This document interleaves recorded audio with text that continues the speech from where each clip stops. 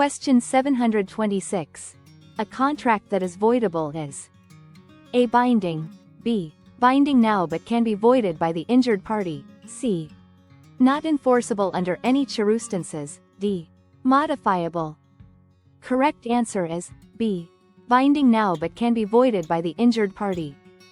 While it's binding until voided, the key characteristic is that it can be voided, making binding alone an incomplete description. Not enforceable describes a void contract, which is fundamentally illegal or lacks an essential element from the start and is never legally binding.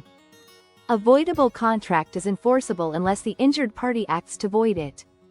While contracts can be modified by mutual agreement, voidable refers to the ability to cancel the contract entirely, not just change its terms. A voidable contract is initially binding, but one party has the option to rescind it, make it void, under certain circumstances. This typically occurs when there is a defect in the contract, such as 1. Misrepresentation. A false statement that materially affects the contract. 2. Fraud. A deliberate misrepresentation intended to deceive. 3. Duress. Coercion or threats forcing someone into a contract. 4. Undue influence. Taking advantage of someone's weakness or vulnerability. Until the injured party chooses to void the contract, it remains enforceable. However, they have the option to rescind it and return to their original position.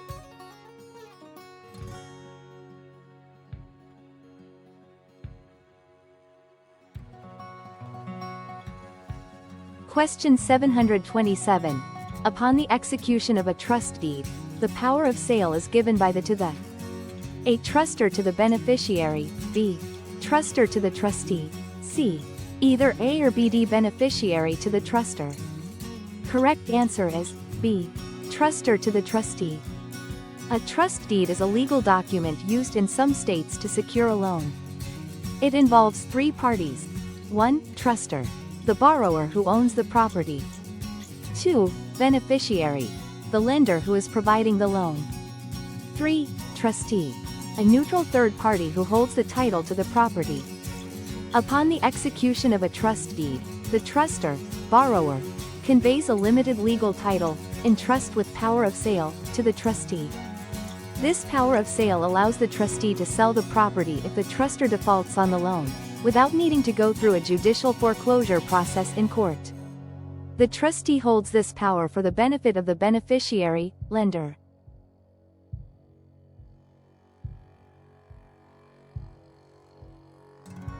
Question 728. Depth tables are a tool employed by A. Real estate brokers. B. County assessor. C. Appraisers. D. Well builders. Correct answer is C. Appraisers. Depth tables are a tool used by appraisers to estimate the value of land based on its depth. They show how the value of a lot changes as its depth increases.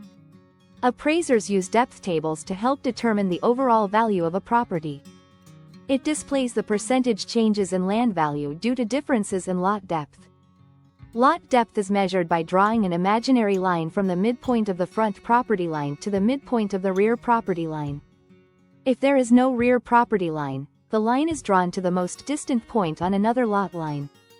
The 4-3-2-1 table, for examples, describes the front quarter of a parcel as representing 40% of its total value. The next quarter is 30% of value. The next quarter is 20% of value.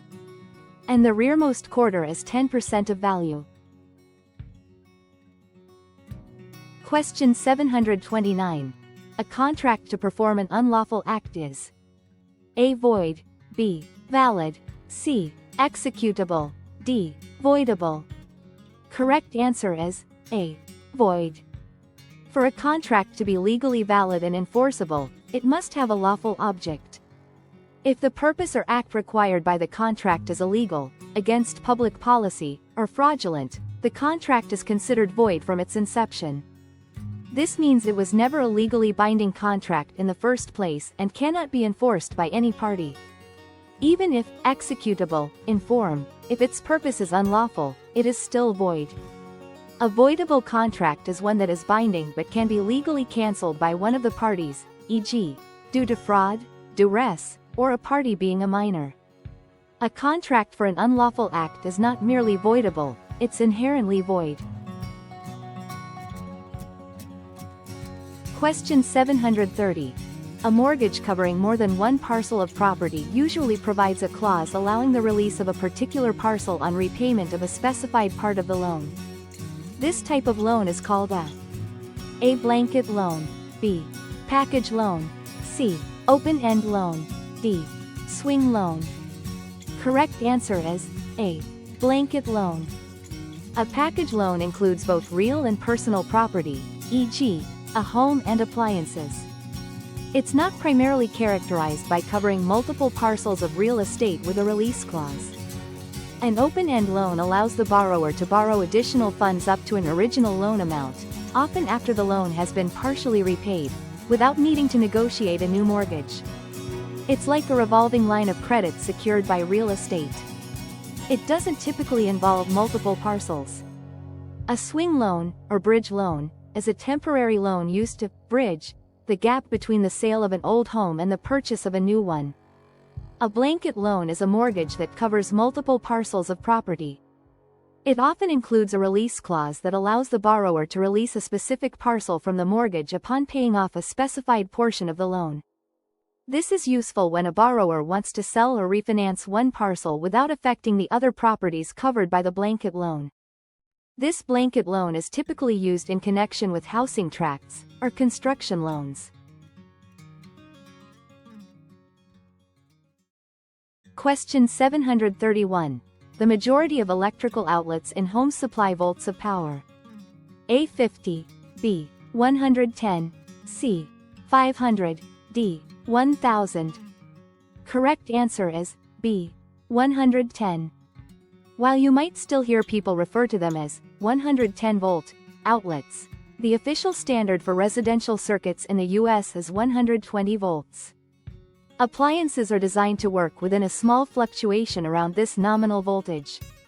Higher voltage outlets, like 240 volts, are typically used for large appliances such as electric dryers, ovens, and central air conditioning.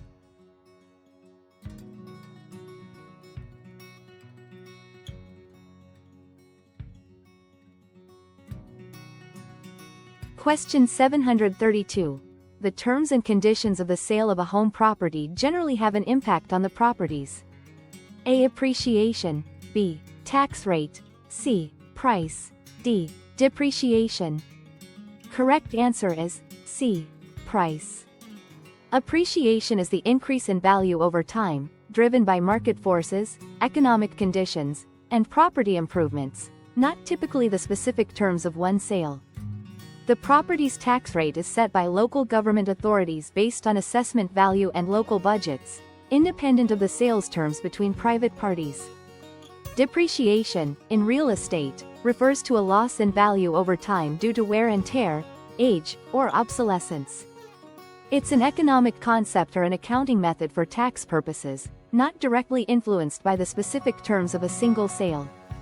The terms and conditions of the sale of a home property directly impact its price. Factors like financing terms, contingencies, and closing costs can influence the final sale price. For example, financing terms. A seller may be more willing to negotiate the price if the buyer offers a larger down payment or a stronger financial profile. Contingencies. If the sale is contingent on the buyer obtaining financing or selling their current home, the seller may be more willing to negotiate the price to ensure the deal goes through. Closing costs. The buyer and seller can negotiate who will pay for closing costs, which can affect the net price the seller receives. Speed of close. A buyer willing to close very quickly might be preferred by a seller, even at a slightly lower price, if time is of the essence. While the terms and conditions of the sale can indirectly influence the property's appreciation, tax rate, and depreciation, the most direct impact is on the price that the buyer and seller agree upon.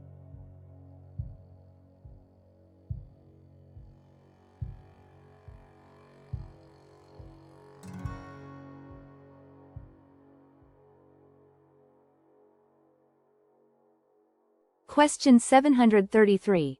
The term megalopolis refers to A. Cell phone providers. B. Large states, like California or Florida. C. Utility companies, like Southern CA Edison or PG&ED. A group of cities and its surrounding suburbs. Correct answer is D. A group of cities and its surrounding suburbs.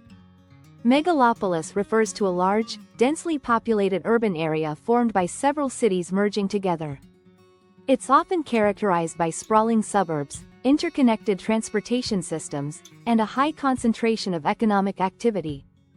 The Greater Los Angeles area is a prime example of a megalopolis in California. It encompasses several major cities, including Los Angeles, San Diego, San Bernardino, Riverside, and Orange County, as well as numerous suburban areas. This vast urban region is home to millions of people and is a major center for business, entertainment, and culture in the United States. Some other megalopolis in U.S. The Northeast megalopolis, or Boss Wash, stretching from Boston to Washington, D.C. The Great Lakes megalopolis, Kai Pitts, from Chicago to Pittsburgh.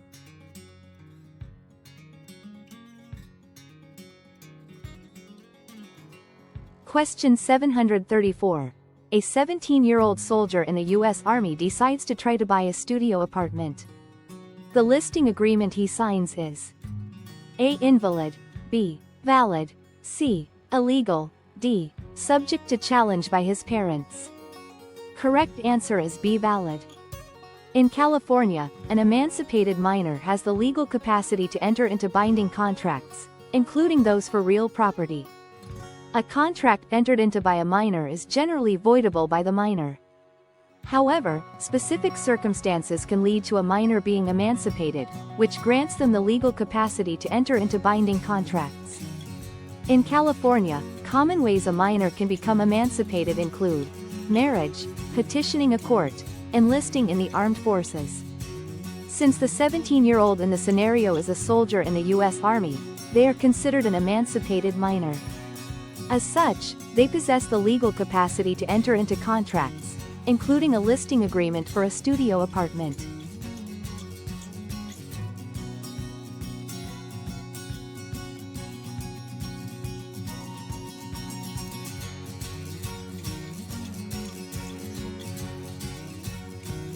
Question 735. If a lease does not mention whether the tenant has the right to assign the leased property, then the A. Tenant can assign the property. B. Tenant cannot assign the property without the landlord's consent. C. Tenant cannot assign the property under any circumstances. D. Assignee must negotiate a new contract. Correct answer is A. Tenant can assign the property. Historically, and as a general common law principle, a leasehold interest is considered a form of property, and property rights are generally alienable, transferable. Unless expressly restricted by the lease agreement, a tenant has the right to assign their leasehold interest. California law. Civil Code Section 1995.210. B. California Civil Code Section 1995.210. B. Explicitly states, unless a lease includes a restriction on transfer, a tenant's rights under the lease include unrestricted transfer of the tenant's interest in the one lease. This means that if a lease is silent on the matter, the default is that the tenant can assign. The assignee steps into the shoes of the original tenant under the existing contract. While there might be a new agreement between the original tenant and the assignee, the core contract with the landlord remains the same, just with a different party fulfilling the tenant's role.